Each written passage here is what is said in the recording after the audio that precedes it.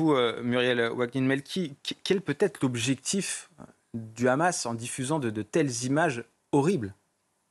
L'objectif du Hamas, c'est de mener la guerre psychologique qu'il mène depuis le 7 octobre et même bien avant. C'est de faire pression sur le gouvernement de Netanyahou pour obtenir plus facilement peut-être des avancées dans ce qu'il entend avoir comme projet sur Gaza et sur Israël, et de faire pression aussi sur le plan international. L'idée est de remonter les populations contre le gouvernement Netanyahou en produisant ces vidéos, et ces vidéos ont un impact fort sur la population israélienne, mais pas que sur la population israélienne. Dans le monde entier, vous voyez bien que les déclarations s'enchaînent de la part des chefs d'État, et c'est ce que le Hamas essaye de faire, c'est cette guerre psychologique infâme qu'il mène depuis maintenant bientôt 2 ans. Ces images, elles sont réelles, elles sont malheureusement bien réelles. Ces corps sont des corps de morts vivants, mais encore vivants. On a la barbarie sous nos yeux, en son, en images. Il ne s'agit pas cette fois-ci d'importer des photos qui proviendraient d'un autre conflit, comme on a pu le voir sur la propagande qui est faite par certaines personnes au sujet d'un prétendu génocide à Gaza. Là, les images, elles sont produites par le Hamas. Elles sont authentiques, malheureusement.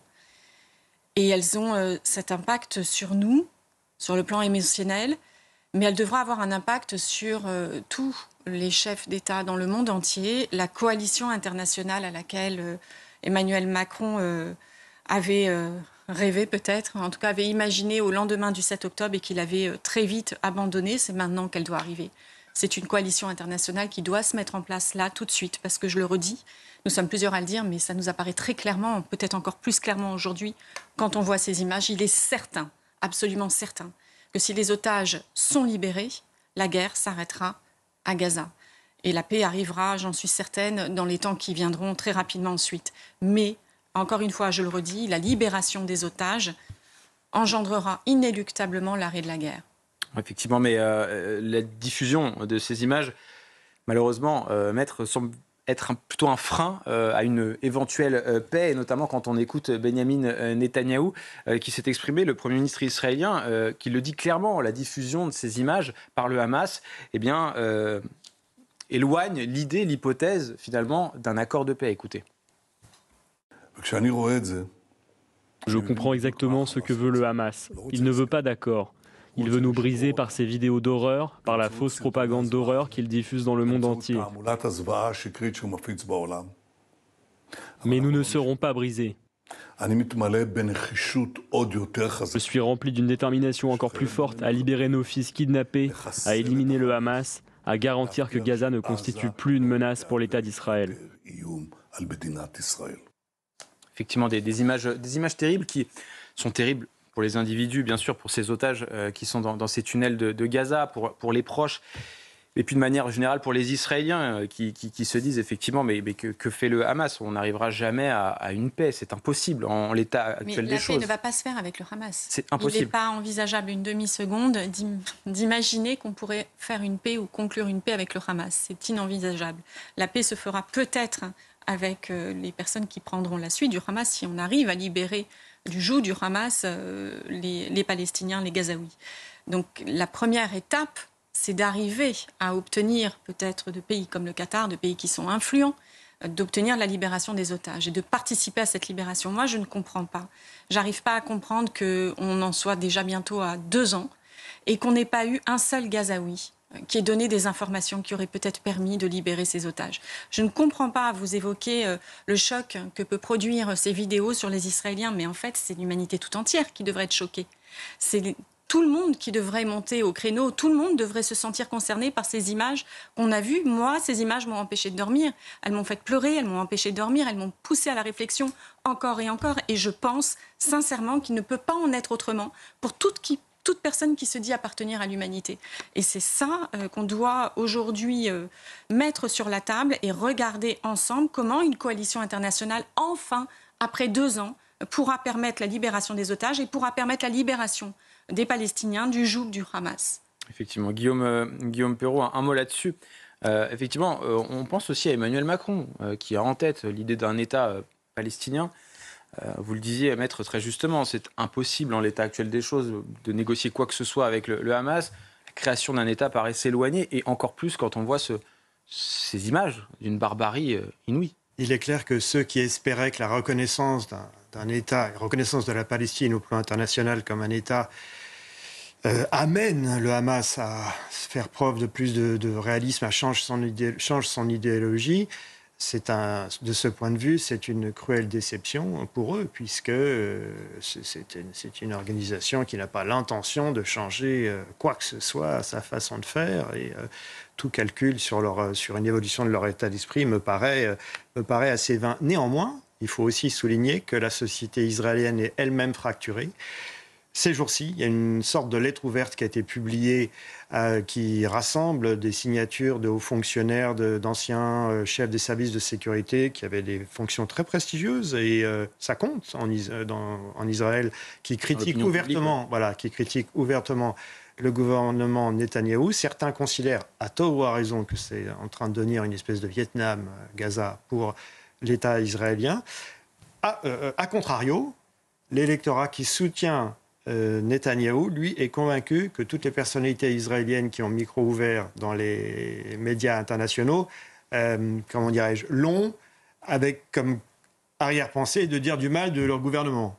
Donc c'est tragique, parce que d'un côté, vous avez beaucoup de personnalités israéliennes qui critiquent leur gouvernement à l'étranger, ou même en Israël même, et de l'autre, vous avez un électorat qui est convaincu que la virulence des critiques qui sont adressées par des ressortissants israéliens connus à l'étranger dans les médias internationaux est la preuve d'une partialité, d'un manque d'équité envers eux.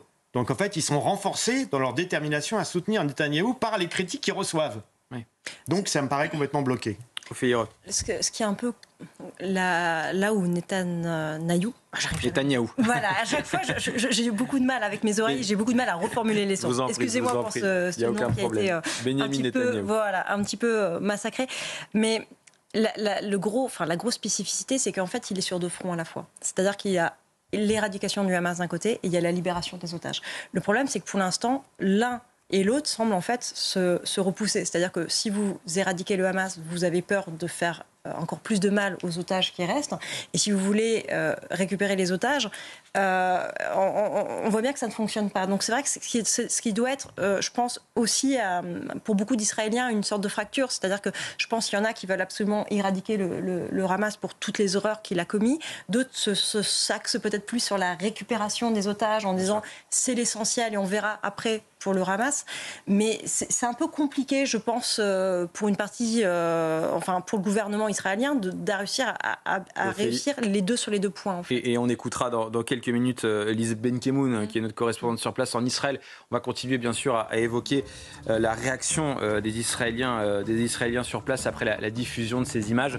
Restez avec nous, on revient dans un instant. À tout de suite. News et Europe 1, toujours avec Muriel Ouaknine-Melki, Ophélie Roch et Guillaume Perrault pour décrypter l'essentiel de l'actualité de ce lundi. On évoquait bien sûr ces vidéos chocs diffusées par le Hamas, où l'on voit des otages israéliens très amaigris, affamés, presque au bord de la mort. Des vidéos forcément qui ont fait réagir en Israël. Je vous propose d'écouter notre correspondante sur place, Lise Benkemoun, et puis on en reparle juste après. La réaction des Israéliens, c'est l'effroi, c'est la tristesse, c'est aussi la colère, parce que ça fait déjà presque 2 ans qu'on crie qu'il faut à tout prix libérer les otages. Donc on sait très bien, avec tous ces otages qui sont déjà sortis et qui ont témoigné, quels sont le traitement que le Hamas leur inflige. On sait très bien qu'ils ne mangent rien, on sait très bien qu'on les frappe, on sait très bien qu'on les viole, on sait très bien tout ça. Et donc, on est horrifié encore plus si ça pouvait être possible.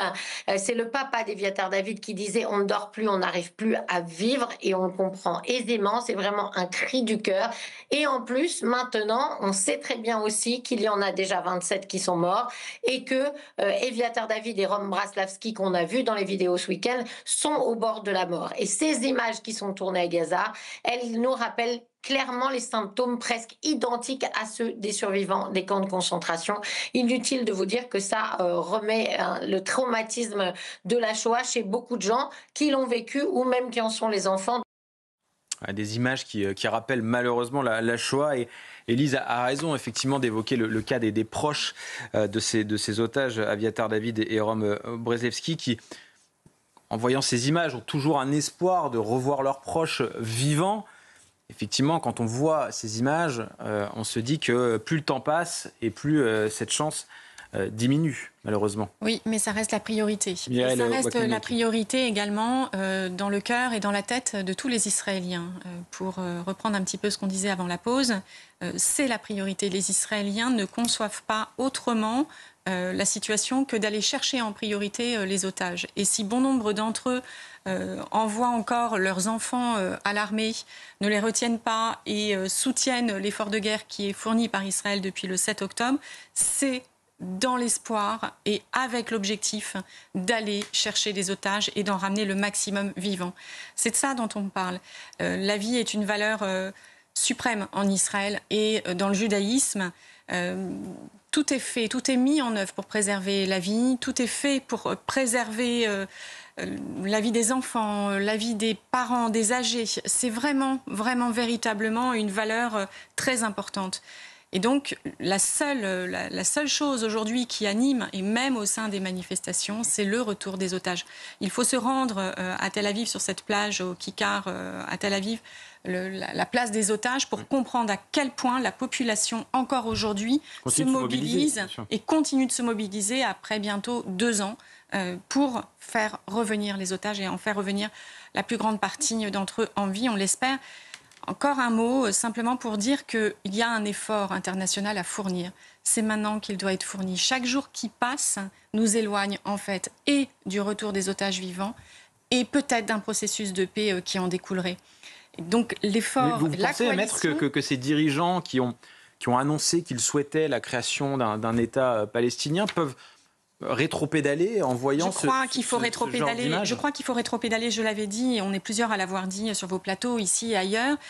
Comment concevoir la création d'un État palestinien quand on sait qu'au sein de cet État, il y aurait encore des otages dans cette situation dramatique, totalement dramatique et totalement inhumaine. Quel est l'État qui voudrait se créer en ayant à gérer des otages comme ça ? Qui accepterait aujourd'hui de créer un État ? Quels sont les gens de ce peuple qui voudraient de cet État-là ? Et on rappelle aussi les terribles mises en scène du Hamas au moment de la remise des corps, au moment de la libération, des otages sur scène. Voilà, mais ça, j'ai envie de vous dire, c'est déjà passé. Aujourd'hui, on a cette situation et ces vidéos, je trouve que c'est une erreur énorme que le Hamas a faite. Ces vidéos qui sont produites nous montrent qu'il ne peut pas aujourd'hui y avoir de création d'un État palestinien alors que le sort des otages n'est pas encore réglé. Emmanuel Macron l'avait posé comme une condition il y a quelques semaines de cela à la création de l'État palestinien. Cette condition a sauté. Il est temps véritablement de rétropédaler, il n'est jamais trop tard. Et ces vidéos, on doit les prendre pour ce qu'elles sont. C'est la réalité. Le Hamas les produit, le Hamas les publie. Elles revêtent clairement un caractère d'authenticité. Personne ne peut les remettre en question. Elles sont revendiquées, elles sont assumées par le Hamas.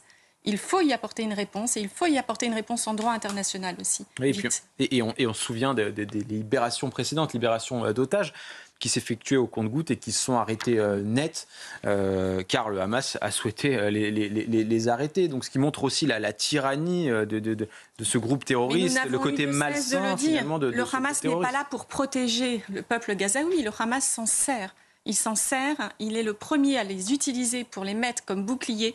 C'est lui qui se réfugie dans ces tunnels. Il ne laisse pas la population profiter de ses abris et il expose sa population, il l'expose de manière la plus abjecte possible. Et ça fait maintenant longtemps que ça dure, mais encore plus depuis le 7 octobre. Et prive ses habitants de nourriture, hein. Prive les otages et prive de nourriture, mais on le dit, on le redit. Et puis maintenant, la France qui se met à larguer des colis alimentaires à destination de la population de gazaoui, maintenant la France sait.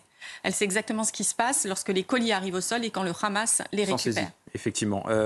Guillaume Perrault, est-ce que vous pensez que, pour reprendre ce qu'on disait à l'instant, est-ce que vous pensez qu'Emmanuel Macron et la France peuvent revenir sur cette décision d'une éventuelle création d'un État palestinien au vu de ces images ? Est-ce qu'elles peuvent avoir assez d'impact auprès du président de la République ? Maintenant que c'est lancé, j'imagine mal Emmanuel Macron, d'autant qu'il a fait des émules dans d'autres démocraties occidentales, revenir en arrière. En revanche, moi, personnellement, j'ai regretté qu'Emmanuel Macron prenne cette initiative il y a quelques semaines, puisque c'est immanquablement donner le sentiment que le 7 octobre a payé pour le Hamas et donc l'encourager, puisque jamais, il n'y aurait jamais eu une reconnaissance de l'État palestinien. Les chefs du Hamas l'ont admis eux-mêmes. Ils s'en sont réjouis. Ils ont même remercié la France, ce qui est quand même extrêmement pénible et inquiétant. Oui, c'est surtout humiliant comme situation. Cela étant, pour être complet, je suis obligé de redire que la société israélienne est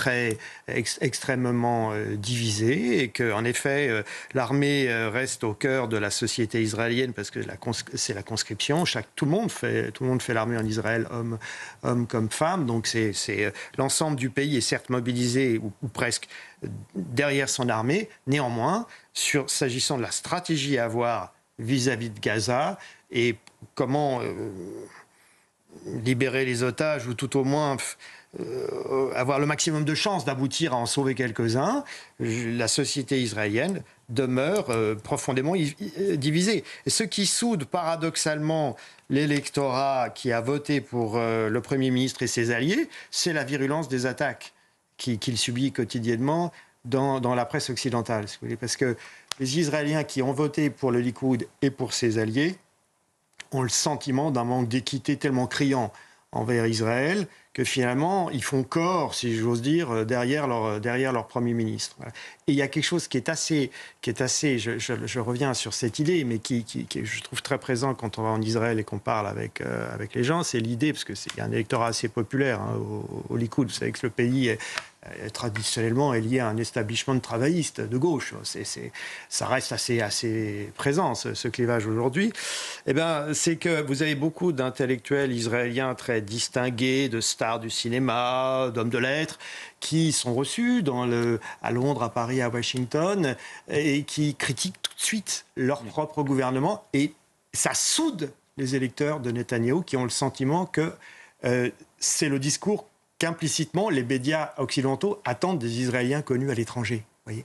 Ça, je crois que c'est un élément psychologique qui est rarement évoqué, mais qui compte beaucoup dans la fidélité de l'électorat de Netanyahou. Oui, c'est vrai qu'aujourd'hui, on arrive presque finalement à se dire qu'être dans le camp du bien, c'est de ne pas être choqué par ces vidéos terribles d'otages dans les tunnels de Gaza. C'est ce qu'effectivement voudrait nous faire dire ou croire certains, alors qu'on peut bien sûr s'offusquer ou en tout cas être désolé de voir ces images d'otages dans les tunnels. C'est vrai que et bien sûr, les images de Gaza sont terribles également, mais effectivement, être dans le camp du bien, c'est aujourd'hui être pro-palestinien. Et c'est une vision qui est partagée par de nombreuses personnes. Oui, d'ailleurs, on le voit un petit peu, notamment ce matin sur les réseaux sociaux. C'est-à-dire qu'il y a beaucoup de gens, je pense à Imri Caron en particulier, qui, à des images comme ça, ne répondent pas. Sauf en mettant d'autres images d'enfants qui seraient... Alors, on ne sait pas d'où vient exactement la photo, si elle est réelle ou pas. Mais je veux dire, il n'y a plus de toute façon de place pour la souffrance du peuple israélien, pour les otages. C'est presque devenu comme si une partie des gens qui étaient pro-Gaza trouvaient que tout ce qui était fait aux otages israéliens, du coup, c'est pareil, tout se vaut. Et c'est un vrai problème, parce qu'en effet, ça fait que les gens qui en tiennent un discours qui soit un peu plus posé, un peu plus rationnel, en disant, mais attendez, il y a une forme de propagande qui est tellement massive, qui est tellement sournoise, qui est tellement infiltrée de partout, que c'est très compliqué d'avoir des échanges avec deux camps qui ne sont pas complètement claquemurés, et en fait, il n'y a plus de discussion possible. Et non, je dirais même plus, il n'y a plus de discussion, mais surtout, il y a une forme de propagande de la part de certains, et notamment du parti LFI, qui est quand même assez flagrant. Il suffit de voir les réactions ce matin. C'est toujours un oui mais. Oui, quand mais on regarde ces vidéos, c'est toujours un oui mais. Et le oui mais, je le trouve de plus en plus décomplexé. C'est-à-dire qu'avant, certains membres, par exemple, de LFI disaient oui mais ils essayaient de mettre des pincettes. Mais non, il n'y a même plus ça. C'est-à-dire que quand vous regardez la virulence de certains de leurs tweets, on est vraiment sur du bien fait. Allez, on est vraiment arrivé à ce niveau-là, de cours de récré. Un dernier mot peut-être là-dessus, Muriel Walknick-Melki. Sur certains des députés de la France Insoumise, parce que les plus virulents d'entre eux sont ceux que nous considérons comme être les plus antisémites. Et on ne se cache pas derrière notre petit doigt pour le dire, on le dit, on l'a redit, on a eu des débordements pour lesquels nous avons déposé des plaintes. Et ces plaintes sont toujours en cours d'instruction, elles ne sont pas classées, elles sont toujours en cours d'instruction. Donc nous verrons bien la réponse que la justice se décidera peut-être prochainement à donner. sur le fait qu'un Émeric Caron soit totalement insensible en voyant les vidéos qui nous brisent le cœur et nous laissent en miettes. Alors je ne sais pas s'il l'est ou si c'est par volonté électoraliste. Je ne sais pas, je ne peux pas. Et je vais vous dire, je ne suis pas dans sa tête et je ne veux surtout pas y être. Mais d'une manière générale, en prenant un peu de recul, il est question d'humanité sur ces vidéos-là. Vous y voyez ce qui s'est passé dans les camps de concentration. Vous y voyez, si on avait eu des caméras, si les nazis avaient filmé leurs exactions au lieu de les cacher, alors que le Hamas, lui, fait exactement l'inverse. Il les porte haut et fort, il les revendique. Mais si les nazis avaient filmé ce qui se passait dans certains camps de concentration, vous auriez vu des images pareilles. Alors aujourd'hui, on a dit, je ne sais combien de fois, plus jamais ça. Ben, le plus jamais ça, c'est maintenant, en fait. Voilà, on a les vidéos sous les yeux, on voit exactement ce qui se passe au moment où on est en train de se parler sur votre plateau. Eliatar, David et Rome sont dans le tunnel, dans ces conditions-là, battus, humiliés, affamés et détenus comme s'ils n'étaient pas des êtres humains à part entière. Donc il faut réagir et c'est une réaction humaine et internationale, encore une fois, à laquelle nous croyons et que nous appelons de tous nos voeux. Allez, dans un